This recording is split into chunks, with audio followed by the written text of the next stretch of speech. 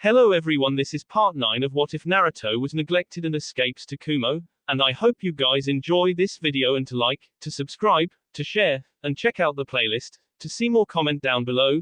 Now let's start the intro. They call me a god. They call me a god. They call me a god. Join my membership, the perks are great. It's in the description. In the cage box, Fugaku was feeling better that it wasn't just his village that was losing to the Kumo genin. The results had been worse than expected and he knew that it would hurt the mission request total. However, he now had the opportunity to comment on the match. Well, that was a quick fight. Is the battle fan your daughter's only weapon? Kazekage Dono. Orochimaru shrugged off the accusation, it wasn't his daughter. However, since he was playing Raza, he responded to the provocation. It seems my daughter's training has been lacking. For a long-ranged fighter to lose so easily to a close-ranged opponent with an elemental disadvantage is disappointing. There are many kinds of shinobi, Kazekage. Not all of them are meant to fight on the front lines. Your daughter would be a deadly force in a defensive position and during bigger battles. I commented. Thank you for the kind works, Reikage Dono. It is this next fight that I am most excited to see. My son is undefeated throughout his brief career, and this will demonstrate the might of Suna. Fugaku commented on this, yes, I am most interested to watch my boy destroy the Ichibi Jinchuriki. Yes, the Sharingan does make your son a fearsome opponent. I hope he at least provides a worthy challenge for Gaara. Back down on the battlefield, Sasuke and Gaara face off. I imagine it going pretty much like canon, so imagine the broody Uchiha bastard fighting against Gaara using his speed. Gaara balls up in his sand cocoon and takes a Chidori to his right shoulder. Gaara cries out in pain and is shocked to see his own blood, and then all hell breaks loose. White feathers began to fall from the sky and the civilians and lower-ranked ninjas in the stadium began to pass out from the effects of the genjutsu. Sand shinobi begin to attack Konoha ninjas alongside shinobi in disguise from Otogakure. In the pandemonium, nobody noticed the Kumo teams dart into the interior of the stadium and meet up in the designated room. They immediately began changing into their outfits for this mission. Meanwhile, in the cage box, Orochimaru finally made his move. With help from his bodyguards, Hiruzen and Fugaku Uchiha were isolated on the rooftop of the cage box, and the Jiraiya announced his presence as well. Before anything could begin, while Orochimaru held Hiruzen hostage, a boy dressed in a white kimono with 2 red dots on his forehead joined his master. Then, a purple barrier was erected by the bodyguards of Orochimaru that isolated the Konoha and Oto groups from the outside. Fugaku watched on in horror as his daughter Itachi tried to charge through the barrier and make her way to defend him. Her whole body was consumed by flame as she burnt alive in front of his eyes. He cried out for his loss in a fit of rage before his eyes flared to life with the Mangekyo Sharingan spinning wildly. Hiruzen escaped from Orochimaru's clutches and joined Fugaku to put a calming hand on his shoulder. Jiraiya stepped up alongside his sensei and prepared to help snuff out his errant ex-teammate. Kushina and Darui ignored the sideshow and went to rendezvous with their teams. A couple foolhardy Oto shinobi attempted to attack the elite trio and met swift ends for their efforts. The trio ran with a fast, yet smooth, efficiency that didn't draw too much attention to them as they arrived in the designated meeting room. They entered the door and saw the genin teams midway through changing their outfits. They all looked up at I to receive final orders as they continued dressing. Alright everyone, this is it. It is a war zone out there and you will be right in the thick of it. The Hokage tower is sure to be on high alert, so operate fast, work smoothly and watch each other's backs. At this time, Shina began to unseal the blood clones, who immediately began adorning their creator's attire. I turned to Shina, be careful out there, Shina. Bring these kids back to me in one piece. Shina nodded as she before she used a seal over her right bee to immediately change into the new uniform. Everyone looked at her like, why the hell didn't you make those seals for us? After 5 minutes, the group was fully changed, and they completed their final checks. The blood clones were dressed and ready to act as their creator's alibi. The group in the stealth gear was covered by a genjutsu from Shi before he wished them luck. The official Kumo group departed the room first and left the door open for the group that left behind them. With the official group, they reported into the dignitaries box that housed important people from Lightning Country. Icebolt reported into him that they fended off a few attacks, but there were no deaths or injuries to report. I addressed the dignitaries and told them that Kumo was going to stay out of the fight. They didn't want to add to the confusion. The Shina clone threw up multiple protective barriers before she joined I. The Kumo shinobi remained on high alert, hoping that the so-called strongest hidden village would be able to repulse this invasion attempt. With teams 12 and 13, Kushina led them down their scouted path as the group did their best to ignore the chaos occurring all around them. The streets around the stadium were full of fighting, but the genjutsu cast by Shi was effective at keeping the group unnoticed. Unfortunately, when they rounded the corner of the street they needed to take, they ran into a platoon of 16 bloodthirsty Oto ninjas. This inevitably broke the genjutsu that was covering them, which pissed Kushina and Naruto right the F off the deep end. The 7 black-clad ninjas began a merciless slaughter of the 16 Oto shinobi.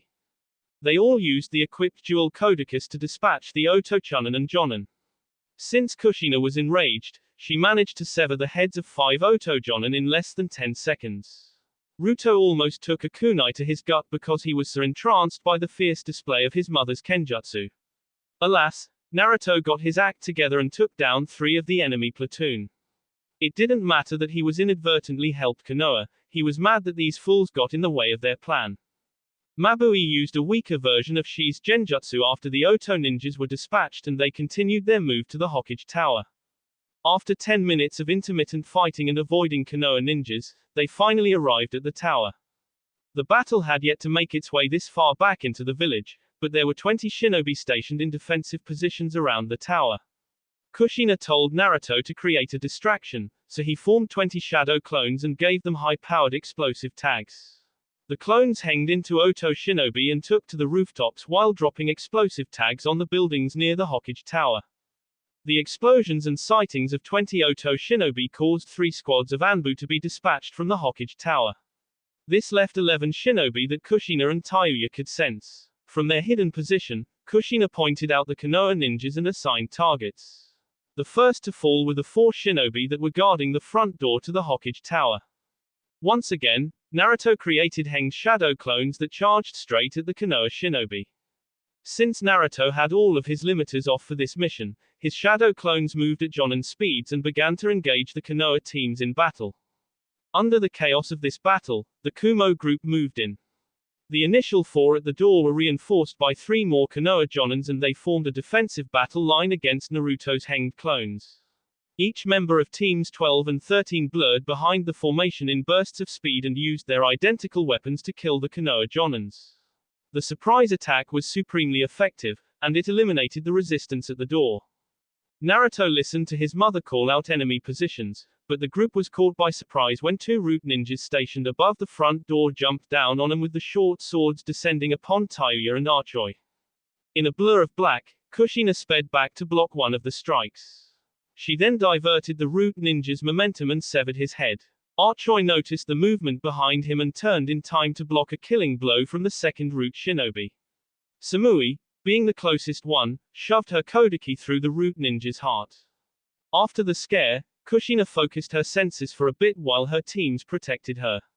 The amount of chakra being thrown around in the village made it hard for her to sense well-hidden chakra signatures. She was sure she missed more root ninjas. After calming her beating heart, she was able to sense at least 5 root shinobi around the tower, on top of the 3 more noticeable signatures. The group decided that speed would be better than stealth at this point, so Kushina led the charge to the Hokage's office while Naruto followed up the rear. They were forced to dispatch 4 more root and 2 jonins before Kushina, Naruto and Mabui disabled the protective seals and entered the Hokage's office. Inside the office, at point-blank range, Naruto immediately sensed the protectors in the corners of the office. They lunged out of the shadows and nearly killed Mabui. He caught the blade in his right hand and stopped it inches away from Mabui's covered head. With the power of an enraged Hanyu, he gripped the blade and bashed the butt of the sword into the shinobi's chest. He applied so much force that the butt of the sword penetrated the lower ribcage. In a last fit of rage, Naruto smashed the shinobi's head against the wall of the Hokage's office. Kushina had already dispatched the second ninja with ease and watched as her son brutalized the man that nearly killed one of his future mates. She put a calming hand on his shoulder to reorient him to their current task. Kushina triggered the panel to the Hokage vault, and the wall began splitting to show a heavily reinforced door. She took a deep breath, pulled out her Fuinjutsu kit and cracked her fingers before she began working to bypass the seals that protected the Hokage vault. Mabui set to work erecting a barrier around the whole Hokage tower. The Kumo teams knew that Konoha reinforcements would be sent to the Hokage tower to defend one of the key locations. The barrier would be a barrier commonly found throughout the Shinobi Nation so that it couldn't be traced to the Maki clan. She layered a couple of these barriers one after another to slow down the enemy reinforcements. Once she was done with that, she began to assist Naruto in sealing away important items. While Mabui and Kushina worked their magic, Naruto focused on using his kitsune eyes to find hidden seals throughout the room, and there were a lot of them. The listening seals were the first thing he destroyed before he looked at the Hokage's desk. The thought of Fugaku realizing that his whole desk had been stolen was too good to pass up to Naruto. He neutralized a couple tracking seals, reinforcement seals and other various seals on the desk before he sealed the whole thing into a scroll. Oh! Naruto could practically picture the look on Fugaku's face, and it was like a warm and fuzzy feeling filled his entire heart. After Naruto sealed the desk, Kushina finally managed to crack the Hokage vault open 7 minutes after they entered the Hokage tower. They hadn't changed much about the seal and Kushina was able to break through the minor changes with minimal effort. She would begrudgingly admit that it would have taken her much longer if she weren't the previous Hokage's wife. Kushina opened the vault to see a library of scrolls that were isolated in this special room tucked into a spacetime barrier. Naruto knocked on the door of the Hokage's office 3 times and Omoi and Samui joined the group. Omoi took up an observation post in the corner of the room while Samui, Mabui, Kushina and Naruto went into the Hokage's vault. Well, F me Ka-chan. This is a lot of S. Naruto said with awe. Spacetime Fuinjutsu was amazing in that way. F it, we have already gone loud. Seal up as much of this S as we can. Prime targets are the Namikaze Master Scroll and the Forbidden Scroll of Seals. Everything else, chuck it in and we can sort it out later. I agree, we have already gone loud. Seal it up into the Master Scrolls and let's move. Kushina said. In a hurried, yet efficient, manner the team sealed up nearly a third of the Hokage vault. They darted throughout the rest of the vault but couldn't locate the Namikaze scroll. It was then that Kushina had a revelation. Stupid, stupid, stupid, stupid. I should have known better. You have 2 minutes before we scram on out of here. Kushina shouted. She dashed out of the Hokage vault and lovingly removed Minato's portrait. She sealed it and the other cage's portraits into her master scroll before she cut her finger and placed her blood on the seal that was hidden by Minato's portrait. The seal glowed red and then blue before the safe unlocked with a hiss. Inside the safe were a couple letters and scrolls alongside a big scroll that was black with golden embossing. She sealed the effects into a separate scroll before sealing said scroll into the master scroll. She then pulled up her sleeve and sealed her master scroll into a seal tattooed on her arm. Kushina whistled and in less than 30 seconds, Naruto, Mabui and Samui appeared outside of the Hokage vault. Tayuya came crashing through the door shortly after the 3 appeared. We have a problem. A really big, F me in the a kind of problem. Tayuya shouted. Calm down and explain it to me. Kushina replied in an even tone. 50 meters are surrounding the building. The barriers will not hold much longer and more will continue to come unless we get the F out of here. Sochi, plan B please. Make it as big as you can. Naruto nodded and focused on the tags he left at the Namikaze and Uzumaki compounds. He flared his chakra and sent 5 pulses in a distinct sequence. Outside the Hokage tower, shinobi were responding as an alarm seal in the Hokage's office was tripped. Even in the chaos, this was a priority 1 response and Inoiki had coordinated enough shinobi to prevent the intruders from getting away. He had 50 shinobi surrounding the Hokage tower and they would not leave until the intruders were dead. He was in the middle of barking out orders when 2 massive explosions shot through Konoha. It was coming from the clan district and Inoiki felt a cold shudder run down his spine. He wanted to send teams to check the explosions out, but he needed to complete this task first. At the front gates, 3-headed snake summons and a couple other giant snakes were laying waste to the front of Konoha. Konoha shinobi were fighting him back under the guidance of Shikaku Nara and Chooser Akamaki. They were putting up an admirable defense when the one-tailed sand tanuki sprung up a couple hundred meters away from Konoha's walls. The giant tanuki thrashed about in the forest for a little bit before it began launching giant wind blasts at Konoha. The walls couldn't withstand the brutal air bullets and soon gave way. Then buildings were disintegrated, and chaos reigned supreme as Anbu squads were diverted to deal with the rampaging Biju. Back in the Hokage's office, Naruto felt the release of Shukaku and it gave him an idea. Kushina set up a couple more barriers to buy them time, but she was limited by the fact that she didn't want to give their Idini away. Kushina and Tayuya informed Naruto that the distraction didn't work and that they would need a new plan. Naruto closed his eyes and dove into his mindscape. He appeared in the living room since Hikari was keenly aware of Naruto wanting to talk to her.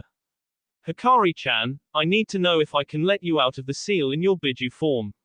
You said I should be able to do it once I had 3 tails and we are in need of a massive distraction. Naruto-kun, you know I want to help but the contract I signed with your father prevents me from attacking Konoha.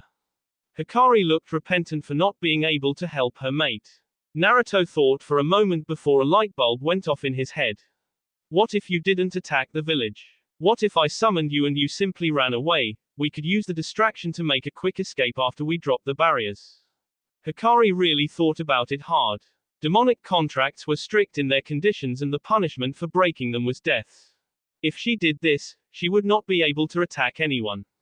She would have to watch where she stepped and make sure not to destroy the village. Come on, Hikari-chan. I want to know if I can summon you. You stand still in all your greatness, you roar a little bit and then come back into my seal. Is it possible? Naruto's tone was nearly panicked as he asked. Hikari sighed, she loved this man, and she would risk it for him. Okay, Naruto-kun. For you I will take the chance. I will not be able to defend myself, so you need to make it quick. You are going to be incapacitated, so your mother will need to move you.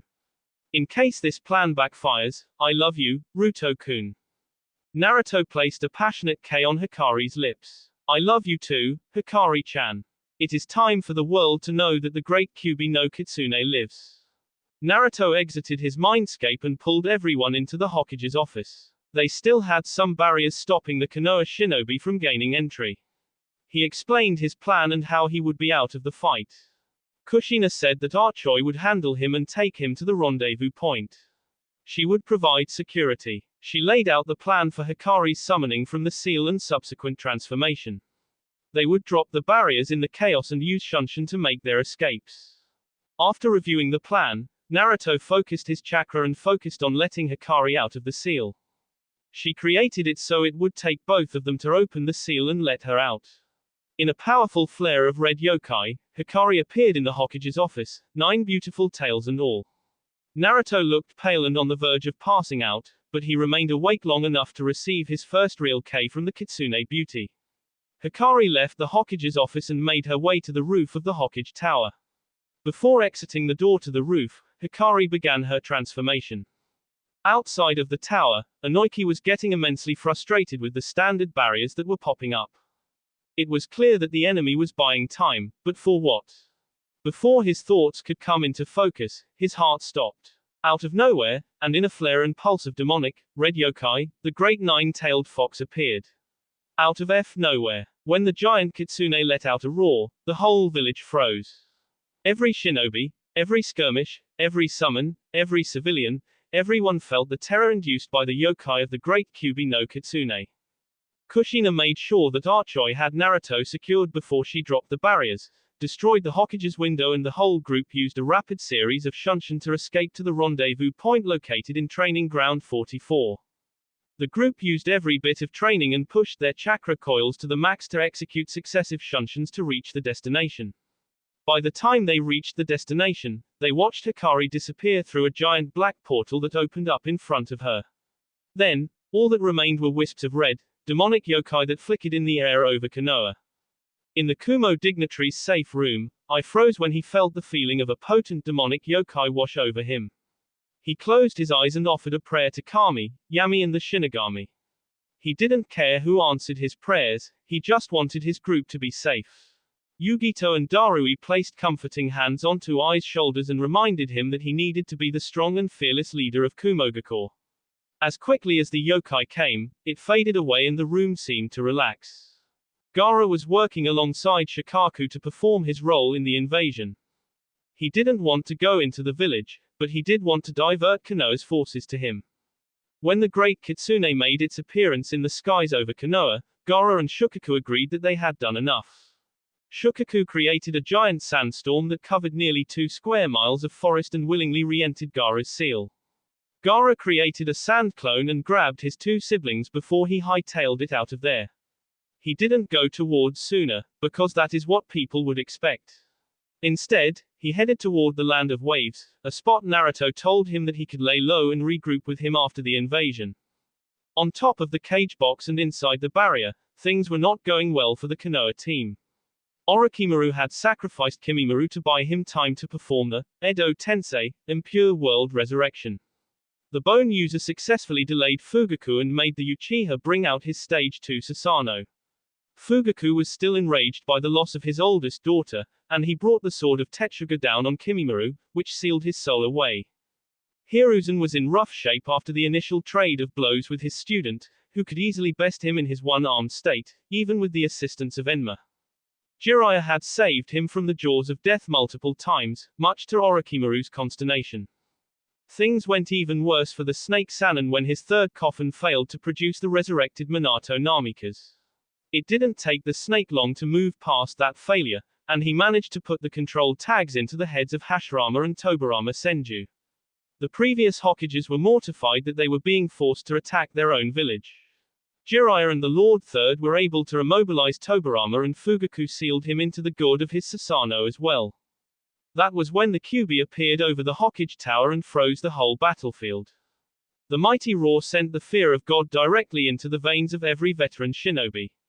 Orochimaru recovered first and realized that the invasion was thwarted.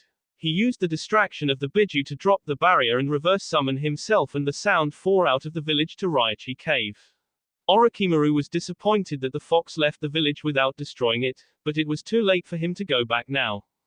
Fugaku watched the 9-tailed fox reappear and smiled internally. The chance for him to gain the strongest of all Biju was here. He simply needed to seal away the first Hokage and then he would be able to put the Kyuubi under his control. Sure, he was terrified by the fox, and it would destroy a good portion of the village, but this was the chance he had been waiting for. He quickly engaged Hashirama and enlisted the help of Jiraiya and Hiruzen for one last push. The reincarnated Senju put up a great fight against the trio, but when Fugaku sealed Hashirama away, he noticed a smile on the Senju's face. A begrudging respect for the Uchiha patriarch's old rival bubbled in Fugaku's chest due to the proud look of the Senju legend. Tsunade had been told about the invasion, so after pocketing her winnings, her and Shizune made their way to the Senju compound. She splattered foreign shinobi into paste as she carved a path to the Senju compound. She unsealed the gates and entered the compound before her and Shizune began sealing away the high-value items.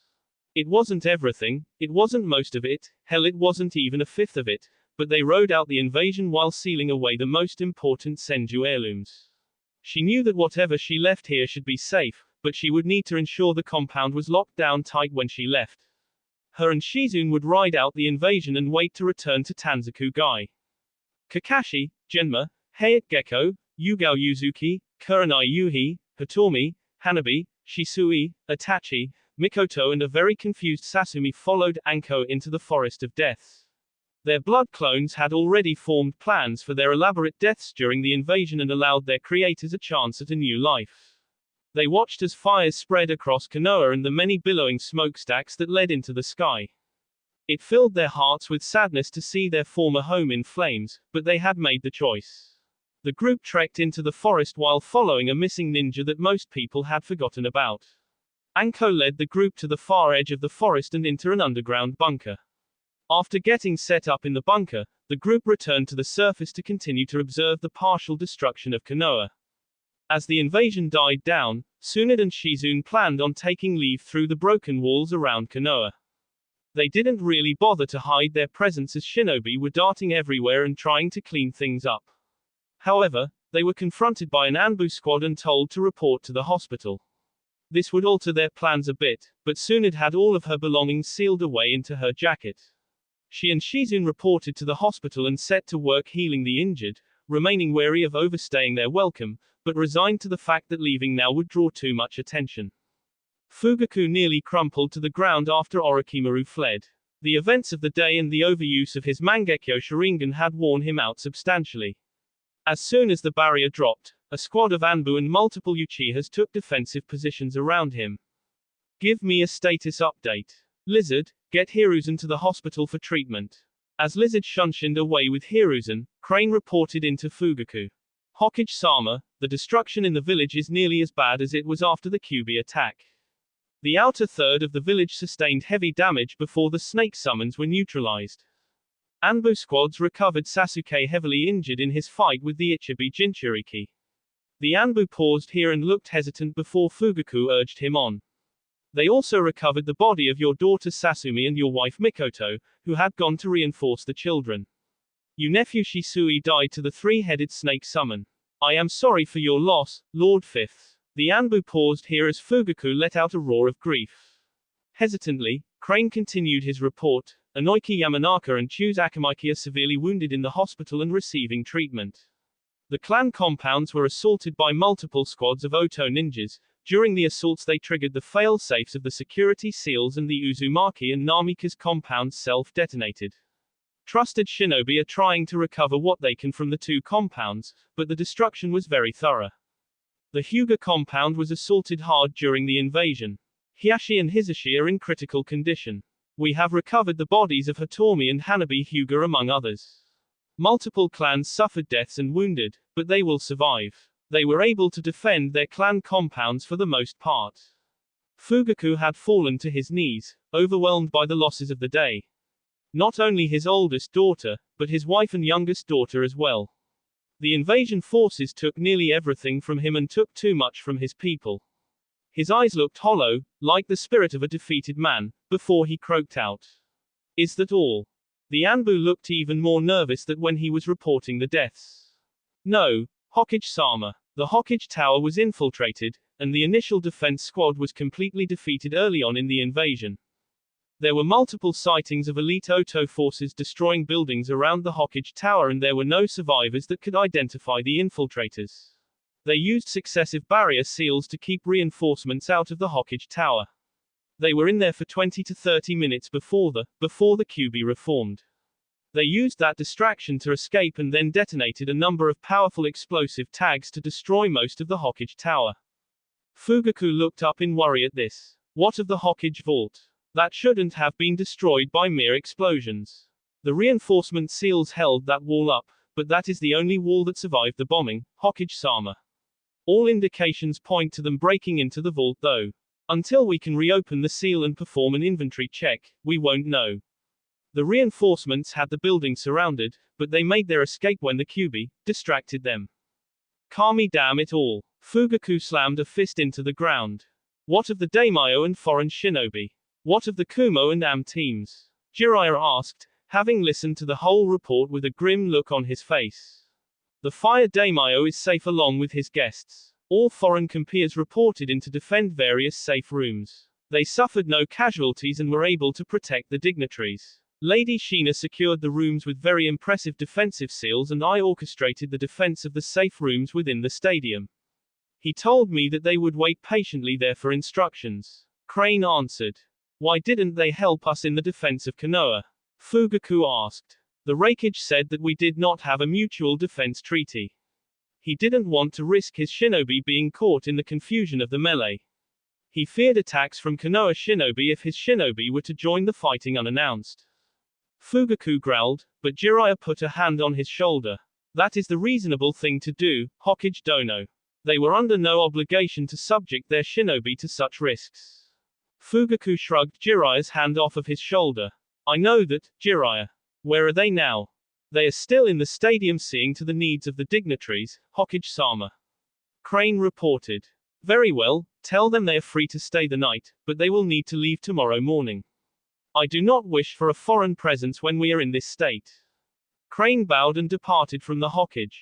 Jiraiya helped him back to his feet and the two began to walk through the village and survey the damage.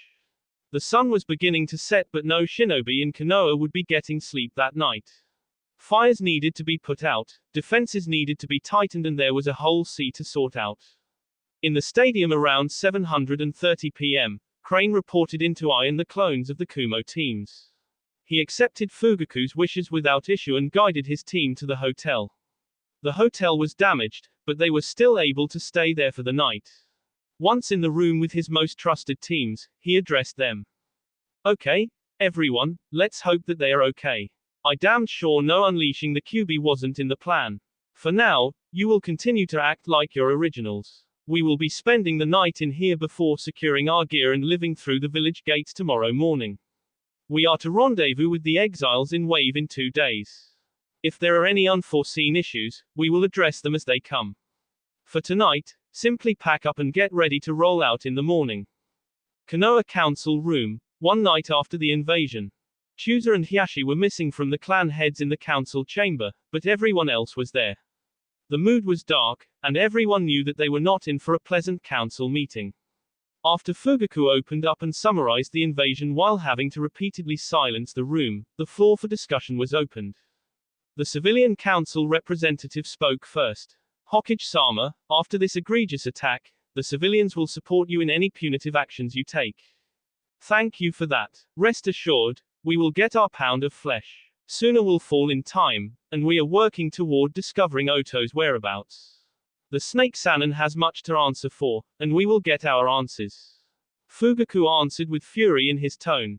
My operatives are already taking measures to disrupt supply lines to Suna. We will starve them out of the desert and take them for all they are worth. The Fire Daimyo has already gotten the Wind Daimyo to renounce Suna. All Kase no Kuni's mission requests will be directed to us. Danzo informed the council of at least one positive thing. Shikaku asked, what of their Jinchuriki that participated in the attack? Wouldn't it be dangerous to fight such an individual in the desert? My spies report that the Jinchuriki has yet to return to Suna. We believe that he has not even made it through river country. We have teams in place to secure the Jinchuriki as well. Once the weapon is neutralized, we will turn it into a weapon of our own.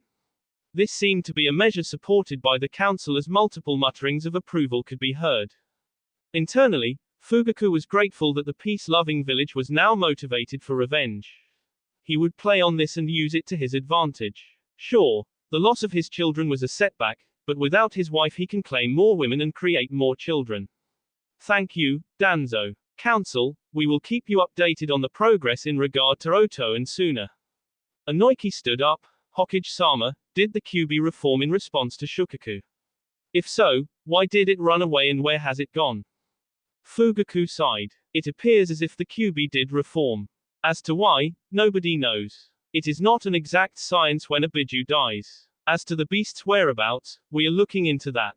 I have secured a special team to hunt down the fox and they will notify me when they have any clues on its whereabouts. Inoiki continued. Hokage-sama, the attack on the Hokage Tower, have we confirmed who did it or what they took? For the council's benefit, the Hokage Tower was attacked by an elite team of ninjas. They neutralized the initial defense and set up barriers around the tower to prevent our entry. They were fairly simple barriers, but it proved to be an effective delay tactic. When the fox appeared, we lost the infiltrators. To date, we have found no clues on their Idini. Mibuki Haruno spoke up in her shrill voice. What of the Kumo and Am teams? Could it have been them? Shikaku fielded this question. No, they were accounted for the whole time. His security detail, and his genin teams provided security for the panic rooms in the stadium. They did a damned good job protecting many important dignitaries. They waited for orders from us and complied without resistance. I has promised to send food, water and metal at fair prices to help us rebuild. What of the Am team? Asked another civilian. The Am team moved into the dignitary's box and defended him. Hanzo vouched for his whole team being there the whole time. Plus, they didn't have enough shinobi present to equal the attack force on the Hokage Tower. Homura answered. For the time being, we have ruled out Kumo and Am's involvement. The destruction of the Hokage Tower was likely one of Orochimaru's objectives. We can only speculate what the snake was after, but we will be able to ask him before we take his head. Fugaku growled. Soom decided to pitch in. The attack on the clan compounds were fierce. I lost 12 Inuzuka warriors. The Hyuga were hit the hardest and lost Hitomi and Hanabi. Nobody seemed to bother the Abarames or Naris. The Uzumaki and Namika's compounds were destroyed completely. It was almost as if everything in the compounds were vaporized.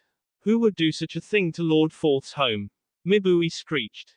Settle down, Counselor Haruno. The reason that we never attempted a forced entry was that Minato was exceptionally skilled at seals. We determined that somebody attempted a forced entry on both compounds and triggered the final defenses. Sadly, we will never know what Minato had locked away in there. Koharu said. Shikaku seemed to be thinking deeply about something, which caused Fugaku to prompt him to speak. Well, I was thinking, maybe the infiltrators were after the 40H's jutsu. They hit the Hokage vault to claim anything he left in there and his clan compound. While that is likely, Minato never left his jutsu in the Forbidden Scroll or the Hokage vault. We are still working on opening the damaged vault to see if they took anything from it. Until it is open, we will not know what we have lost. Fugaku answered in a monotone, preparing himself for the difficult part of the conversation that was coming. Finally, I would like to inform the council that Itachi, Mikoto, Sasumi and Shisui Uchiha all perished, along with 18 other Uchiha warriors, during the invasion. It has left the Uchiha ranks at 70%, and I would request this council's permission to allow elite male Uchihas to practice polygamy to restore our ranks. Danzo spoke up. Fugaku, we are all sorry for your losses, especially from your esteemed family. We will do everything in our power to aid the Uchiha clan in its revenge. I support the approval of the practice of polygamy for Uchiha males above the rank of chunin that show exceptional prowess in the clan arts. A quick vote was taken, and the measure was approved. Before Fugaku could close the meeting, a civilian spoke up. Hokage-sama, is it true the Lady Senju returned to the village? Yes, Tsunade Senju was in the village to bet on the chunin exams. She provided aid in the hospital after the invasion ended. We have since been unable to contact her. Fugaku replied. Did the troublesome woman leave again? Shikaku asked. Screeches of, don't say such things about Tsunade-sama, rang through the chambers before Danzo clicked his cane on the ground. I had 2 route following her and they have yet to report in. Tsunade is a medical professional and considered it her duty to help the people of this village. If we cannot locate her by tomorrow, we will dispatch teams with orders to return her to the village. Shikaku muttered, troublesome. He then thought, good luck with forcing that woman to do anything. Azuchiogakure, 4 days after the invasion of Konoha. The big group of runaways, exiles, missing, presumed dead ninjas landed on the docks of Azuchiogakure. Each of them was surprised to see a small town already formed and bustling with life. Kushina told the group how Ai and Kiranji have thrown their full support behind getting Azuchio back on its feet. As she was giving them the tour, she also explained the group's options. Okay everyone, let me break down your options for you now that you have seen the island. The Reikage and I will let you choose where you wish to stay. If you stay on Azuchio, your efforts will be used to rebuild the city, bolster defenses, aid in agriculture and would contain sparse shinobi work for the next couple of years. If you do not wish to become a Kumo shinobi, then this is your best option. For a couple of you, I would recommend spending a couple months here just to let people forget about you. If you wish to return with us to Kumo, you will either be able to establish your own clans, or join under the banner of the Maki clan. Since each of you are active shinobi, you would need to go through outscreening and probation processes. You are under my protection, so it won't be anything too unpleasant. After probation, an assessment of your skills would be completed, and you would be assigned to a Kumo division. Kakashi asked, what do you mean a Kumo division? Kushina chuckled. Well, after my success in reforming the academy, I reviewed the command structure and composition of Kumo's shinobi with Ai. We came up with an idea to create divisions. Anko leads the capture and interrogation division, which specializes in snatch and grabs and interrogation. Darui is the head of the ninjutsu division, which trains ninjutsu specialists and then assigns them to the combat-oriented or society-oriented teams. Hitomi interrupted. Pardon the interruption, Kushina, but what do you mean by society-oriented teams? Kushina smiled at her old friend. I am glad you asked. Society-oriented teams are responsible for day-to-day jobs like manning the power and water plants, assisting local farmers in various ways and helping the people of Kaminari no Kuni with the power of ninjutsu and other ninja skills. My Sealing Corps has over half of its forces taking jobs to help people improve their everyday lives. It has done wonders for the people of Kaminari no Kuni. The group remained in a stunned silence until Hanabi said what they were all thinking. Why have ninjas not been used for such jobs before? Kushina ruffled the girl's hair. That, Hanabi-chan, is the question of the century. We have the power to mold nature to our will and all we use it for is war. Kumo is trying to change that. Imagine how much more people would like us if we used our powers for good, like doctors and medics. Yugao added her support. It is such a simple, yet completely revolutionary, concept. Naruto chimed in here, yeah, especially when you have a biju with chakra potent enough to convert into lakes and water sources wherever people need it. Be started as the protector of Kumo, now the people of Kaminari no Kuni call him the bringer of Ryan. After multiple looks requesting further explanation, Naruto continued. Big Brother B uses the power of Gyuki to use water jutsu. His favorite, aside from spitting out a lake, is the storm style Stormbringer jutsu. He basically uses Suten and Raiten to create a storm. Matatabi and the Kyubi can each infuse their chakra into the ground to replenish its minerals and aid in agriculture. If you ever saw Lightning Country before, you wouldn't even recognize it now. Little brother is right. We are going to lead the world into a new age with lightning and whirlpool countries leading the way.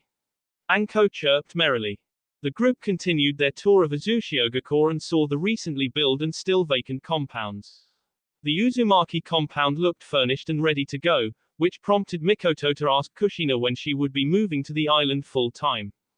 Right now, we are still in the recruitment phase. There are a couple Kumo ninjas that want to come and join us on the island, which I will allow. We are also using our missions to recruit those looking for a better life to the island. We are scheduled to bring Azu into the open in 3 or so years. We want to have our defenses impenetrable by that point, especially with Konoha being our closest neighbor. So, we have 3 years to get this place and its shinobi forces on its feet. 4 days after the invasion of Konoha, a megacore, Hattori compound. Amy was on a mission with a single-minded determination to speak to her father. She had searched the cage tower in Am and was told that he was at his compound. Amy had searched through the typical favorites of her father with no luck. She also couldn't find her mother and her clueless clan members weren't helping. Finally, she charged into her father's study and instantly regretted the decision. To be fair, nobody wants to see a 60-year-old in the middle of a love-making session. Amy blushed furiously and stepped outside, waiting for her father to call her into his office. 5 minutes later, she was called in and she saw wrinkled clothes and a furiously blushing mother. Pardon the intrusion, father, but I have waited long enough to broach the topic with you. Will you support me in claiming Ruto Maki as my rightful fiancé? Hanzo sighed and buried his face in his hands. His sons were never so troublesome. Look, Amy, it is not that simple. My intelligence tells me that you are chasing after is the most eligible bachelor in the elemental nations right now. Multiple reports say that the kid gets marriage proposals daily. Can you not find another man? Daddy. Amy unleashes the puppy dog eyes no jutsu on Hanzo the salamander. It is super effective. Hanzo threw his hands up over his head and slammed his head on his desk. Daughter, my beautiful rain flower, must I? You must. You will escort me to Kumo, and you will do everything in your power to get me engaged to Ruto Maki. She slammed her hands on her hips. And I mean ever why thing. Maria put a hand on her husband's shoulder. Dear, you knew this day was coming. He seems like a wonderful young man. Hanzo crossed his arms and, emphed, he still isn't good enough for my rain flower. Daddy, for those of you that are not yet fathers, or more specifically fathers to beautiful young daughters, I am sure you wouldn't understand. To those of you in that club, I am sure you could sympathize with Hanzo the salamander. Thus, Hanzo requested an audience with the Reikage, Lady Sheena and one Ruto Maki. Rather than request permission, he set the date of his arrival and informed the Reikage that he would be staying for 1 week. Hanzo then asked Conan to ensure the letter got to Kumo. The letter magically sprouted paper wings and began its long flight to the Reikage's office. the border of river country and Kase no Kuni, 1 week after the invasion. Deidara was sitting up on his clay bird, soaring through the sky and occasionally dropping his art off the side of the clay bird. The various white animal figurines gleefully fell through the air and exploded upon impacting the ground. It didn't bring him any satisfaction. Thought, what good was an explosion without blood and terrified screams? Losing heart in his current activity, Deidara ordered his bird back down toward the temporary camp that was set up. He joined Fugaku and Danzo because they promised to unleash him, let the world bear witness to his art, and he would get paid handsomely. Now, he was doubting his choice after he spent a week waiting to spring an ambush and there was no sign of his target. Sighing in boredom, Deidara landed next to his partner in crime, Sasori of the Red Sands. Sasori, my man, what good is art when there are no witnesses? Deidara asked, sharing his revelation that was his midlife crisis of sorts. Sasori, inside of his Hiroku puppet body, adopted a contemplative look. He actually took a couple minutes to think about it. If his puppets were just locked in a closet, even if they were eternal, would they still be considered art? That is a most profound question, Deidara. For your explosions, I would debate the answer is no. For my eternal art, I am struggling to find an acceptable answer to your question. Sasori, my man, that is not nice. We came to a mutual agreement that we would agree to disagree on the nature of art. This question is a question for all artists, my man. A deep, throaty acknowledgement came from Sasori before his answer. I think that art needs to be part of a show to reveal its true beauty. My shows include blood, screams, desperation and death. If I were to take out my puppets and use them with nobody around, wouldn't that just be training? That is deep, Sasori, my man. If my creations go off with nobody around, do they explode at all? Gah, Sasori, I keep going in circles. From one artist to another, I need your guidance. Sasori's reply was croaked out and very uncertain. Damn you, you pyromaniac. Now you have me thinking about it. 4 root ninjas suddenly appeared in front of the 2 contemplative artists. There has been a change of plans. We will no longer wait to ambush the Jinchuriki. We are to launch an assault on Suna. Why are we to attack my prior village? Sasori asked. He really didn't like working with these drones. Suna attempted to invade Konoha. Thus, Konoha Council has declared war on Suna and Oto. With your unique talents, they wish for you two to launch a punitive attack on the Sand Village. The root member answered blandly. Sasori, my man, would you look at that? We are going to have a massive audience now. Deidara said, temporarily shelving his Idini crisis. Indeed, let us go. There are additional orders for you too. Those that evacuate are to be left alone. Simply destroy the village and their shinobi forces. We are going to take over Suna when the time is right. The 2 Akatsuki members grunted as they headed toward the desert. Meanwhile, Gaara, Kankuro and Temari had arrived in the land of waves. They followed instructions to Tazuna's house on the morning after the exiles headed to Uchiha. Tsunami answered the door to see the disheveled group of child shinobis. Can I help you 3? She asked while partially hidden behind her door since 2 of the 3 gave her the creeps. Temari stepped forward. Good morning, are you Tsunami-san, the daimyo of Wave? At Tsunami's nod, she continued. Rutomaki told us to seek refuge here after the invasion of Konoha. I am Subaku no Temari and these are my brothers Gaara and Kankuro. Oh, Ruto-kun did mention you 3. Unfortunately, they just departed yesterday. Come in, I am sure we can find something for your 3 to do while we send a messenger bird to Azu. We thank you for your hospitality. Temari answered. Kumogakure, Council Room 3 weeks after the invasion of Konoha.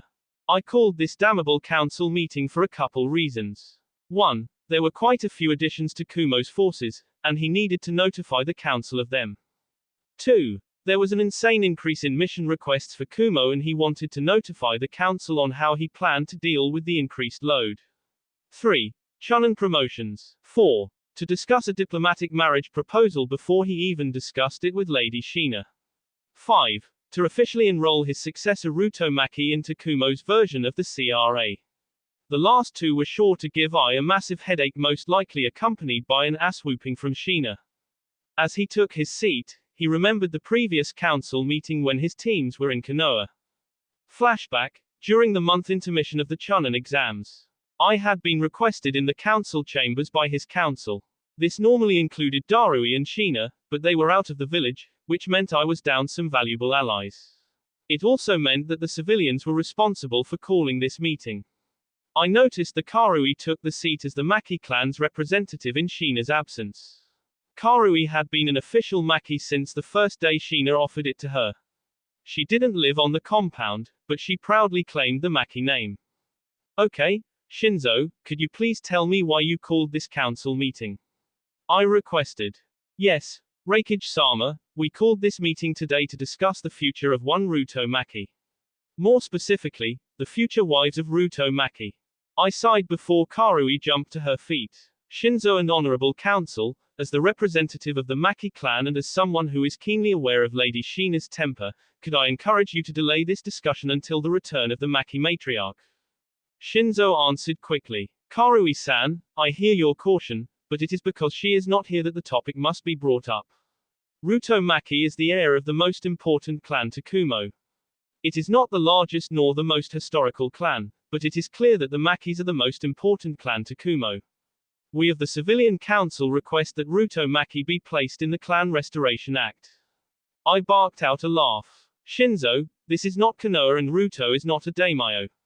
Kumo does not have a Clan Restoration Act. Kachi, the father of Mabui, spoke up. Reikage-sama, Kumo has voluntary B programs that it uses to reward prominent shinobi of Kumo. We believe it is time to have a more official program that will operate for the benefit of Kumo's future generations. On your desk you will find the Clan Restoration Act of Kumo. We ask you to review it before we take a vote on it today to pass it into law. We understand that Darui and she are not present to vote, so we give guardianship of their votes to you. I picked up the document and scanned it. He knew that even with the 2 votes that he wouldn't be able to stop this from passing. He sighed before he called the vote, which passed by a count of 15-5. Okay, my honorable councillors. I cannot stop this legislation from being passed. I can inform you that you are each responsible for informing Lady Shina upon her return to the village. You are dismissed. This statement immediately paled the formerly triumphant Civilian Council. End of flashback. Now, shortly after the Maki's return, another council meeting had been called. This time, every seat in the council was filled. Some fidgeted nervously while others could be seen with snacks such as popcorn in their hands. I stood up in his serious mode. I, the Reikage of Kumo, call this council meeting to order. Karui-san, will you please inform the council of today's agenda? Certainly, Reikage-sama. 1. We will be voting on the additions to the Maki clan as well as adding a new clan to Kumo. 2. We will discuss the increased mission load and our plan to address it. 3. Chunin promotions. 4. To discuss a diplomatic marriage proposal from Omegacore 5, to officially enroll Naruto Maki into the CRA. Shina responded instantly by flooding the room with killing intent. She then turned her head to I and looked at him with a sweet, yet blatantly fake, smile. Reikage-sama, I could be wrong, but it sounded like this council voted to enroll my Sochi into the CRA in my absence. Did I hear that right? I looked directly at Councillors Shinzo and Kachi, which prompted Kachi to stand up. Gulping, he said, Lady Shina, you have had a wondrous impact on Kumo and Kaminari no Kuni as a whole. My daughter and Samui-chan have grown close to Naruto-san, and I wanted to ensure their happiness. We handled the creation of the CRA and his enrollment into it to save you such headaches. Kushina smiled evilly at the 2 responsible. Oh, my mistake then. Could you please provide this CRA so that I may review it? I am sure that it states that 2 wives would be the max. No, it doesn't. Stuttered out Shinzo, who was not used to such potent ki. Okay then. Does it give my Sochi the liberty to choose his own wives? Kushina said in an innocent and girly tone. No. Shinzo looked like he was about to piss himself as Shina's hair flared up. Does this council believe my Sochi has the right to refuse enrollment? Darren, a member of the Matagaki clan, a minor clan of shinobi that specialize in earth-style body reinforcement, stood up. Lady Shina, for the benefit of Kumo and the Maki clan, it is necessary for Naruto to take multiple mates. We wish to help him in this. Darren, sit your ass back in that seat before I make you. Each of you thinks you can crap on my chest and convince me it's perfume. I have talked to I about this, and I would never allow the greedy fools of this council to choose women for my son. If you are particularly fond of your heads, I would recommend you rewrite that stupid concept out of this law. If my Sochi takes multiple women, that is his choice, and he will absolutely have the right of choice. Am I clear? As Lady Sheena's tirade came to an end, the sound of popcorn crunching filled the room. Sheena looked around and noticed her allies were the ones enjoying the show. Moving on to the first item on the agenda. Kakashi, Kurenai and Genma, previously of Konoha, wished to join the Maki clan. There is a request for the founding of the Uchiha clan in Kumo, enrolled under the public name of Uchimaki. The current members are Mikoto, Itachi, Shisui and Sasumi, and they all carry their bloodline. Yugao Gecko and Heiat Gecko with to join as vassals of the Maki clan. Tsunade Senju and Shizune Senju wish to apply for residence in Kumo and Azushio. We will now vote on this. After a 15-minute debate, all newcomers were approved and the council was excited to welcome such strong newcomers into their ranks, even if most of them would end up in Azushio. The next item was opened for debate after the room calmed down. The council approved I's measure to shrink teams for C-ranked missions down to teams of 3. I stood up with a proud smirk on his face and Karui unsealed multiple sets of equipment on the table. Divine Bolts of Kumo, Post. Naruto, Mabui, Samui, Archoi, Tayuya and Omoi appeared in front of the Reikage kneeling with their fists over their hearts. Naruto spoke for the group, "We have answered your call, Reikage-sama. For your efforts that contributed to the end of the civil war in Kiri, for your outstanding performance on missions, for representing Kumogaku's supremacy in the chunin exams and for successful completion of your side mission in infiltrating Konohagakure, I hereby promote the Divine Bolts to the rank of Elite Chunin." There was a round of applause from those in the council chamber as each DB was given their one strapped, sleeveless white chunin vest. Each vest has the crest of the Divine Bolts on the strap of the vest and there were extra scroll pouches on the front of the vests. The DBs remained up front until the last member received their vest before they took places in the back of the room to watch the rest of the show. Archoi actually unsealed some popcorn and moved his DB mask to the side of his head to enjoy the show. Karui stood up from her post as the secretary and scribe. Okay, we will now move on to item 3. Hanzo the Salamander of Omega Corps will arrive in Kumo along with his escort, wife and daughter next week. He sent over intentions for a treaty, hinting at the bond between one of his own and Lady Sheena. He also sent over first drafts of a mutual defense agreement between Kumo, Am and an unidentified third country. The agreement is proposed with a marriage contract to his youngest daughter and, Sai. Karui looked up and locked eyes with Lady Sheena. Lady Sheena was scowling lightly, glaring at the likely suspects on the council that would support this. So, Hanzo wants my Sochi to marry his daughter. Did he provide a reason as to why? I spoke up here, drawing Sheena's ire to himself. He claims that Hattori clan customs dictate that he honors his daughter's request. His daughter claims she issued the right of conquest to Ruto Maki before their fight in the chunin exams. Since Ruto bested her, she believes him to be her only viable husband, since she is of marriage age. They are willing to let the two reside in Kumo and only request some minor concessions in return. Sheena turned her glare on Ruto, she issued the right of conquest. Ruto adopted his sheepish pose. Yeah, Ka-chan, she did. Although I said that I didn't care because we were fighting within the chunin exam finals. She did tell me what it would mean if I beat her. Then we had to deal with the invasion and subsequent mission, so I kinda forgot about it.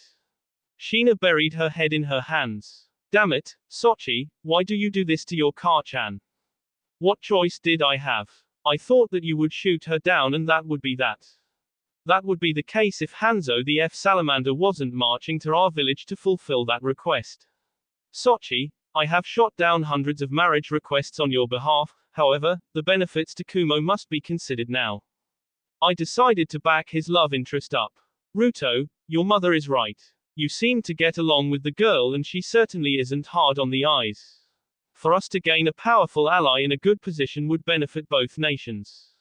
Fine, but I request that this council hears the opinions of Samui and Mabui. If I am to be engaged, then I request to honor my girlfriends and future mates. Ruto said in a resigned tone. Mabui stepped forward. I believe this will fit into the CRA that the council is planning to force Ruto into. We have discussed this and tentatively approved of Amy Hattori, so long as her love for Ruto is genuine and not motivated by some other factor. Kachi stood up to answer his daughter. Thank you for understanding, Mabui-chan. Mabui shot a cold look at her father. I am not doing this for you, father. I am doing this for Ruto and Kumo. Samui decided to chip her 2 cents in. In fact, while you are rewriting your CRA, we would prefer a clause that says all current partners of the interested party have primary say over new additions. The Uzumaki enforced this policy, and it helped them maintain order until their untimely fall. Sheena snapped her fingers. That is a great idea, Samui-chan.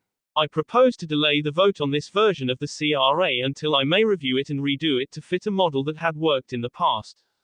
Kachi, looking to save face with his daughter, I agree with lazy Sheena and second her motion. I replied, very well, I accept your motion. We will reconvene when Lady Sheena is ready.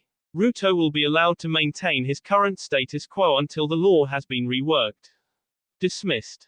That night, a very exhausted Maki family along with the rest of the Divine Bolts returned to the Maki compound. Naruto was excited to see Rias again, who ran up to him and glommed onto him with a massive hug. Karen and Kin greeted the group at the door more timidly as they watched the red-headed beauty nearly suffocate the sole male of the house. Samui and Mabui wore partially confused looks on their faces but decided that the girl wasn't totally out of line. After a small dinner, the group began sorting through the items they collected from Konoha. Kushina had erected a barrier that would prevent detection of any tracking jutsus, just in case they missed a few seals during their rushed mission. Down in the underground study, the floor was covered in individual scrolls and the group was sorting them into weapons, jutsu scrolls, books, historical or clan doents and assorted items from the houses such as desks, chairs and paintings. Kushina held up a scroll and looked at Naruto. Really, Sochi? My old chair. Naruto shrugged. I thought you would appreciate having it back. If you don't want it, then I will take it for my study. No, that's alright, Sochi, I appreciate the thought. What are we going to do with all of this stuff though? There is far too much of it to fit here. I thought that we could furnish Azushio and help get some of the newcomers on their feet. You know, since Suna was sacked and Gaara, Temari and Kankuro are listed as wanted by Konoha. I figured anything we do not need can be donated to help get the people of Azu on their feet. Ria's cheery voice piped in, Gosh, Ruto, are you always so thoughtful? Mabui smiled at the redhead, that's why we love him. Archoi added, that's why everyone loves him, not just the girls he sleeps with. At that moment, Archoi was hit in the back of the head by a rather thick book thrown by Samui. He went into defense mode as more random objects were chucked at him. That's enough, kids. Let's at least sort this all out before we randomly destroy a valuable piece of history. Kushina chided the group. A chorus of, Hi, Ka-chan, echoed around the room. Each of the DBs considered Kushina to be a mother figure, especially Samui and Mabui. Naruto decided to ask a question that had been bugging him. Ka-chan, I know it is important to get all this stuff sorted out, but when are we going to look through the Namikaze scroll? I want to learn Dad's jutsus. There is no rush, Sochi. We will have plenty of time to look through it once things have calmed down. Naruto reluctantly agreed with Kushina. The group soon lost the will to push through their exhaustion and went to bed. Since the return, Kushina gave approval for Samui and Mabui to officially move into the compound, so the girls spent the night with Naruto. They wanted to make this night count because Hikari would have dibs for the next week. That will be all for this video. Be sure to like, subscribe, share, and comment down below for more videos. Goodbye.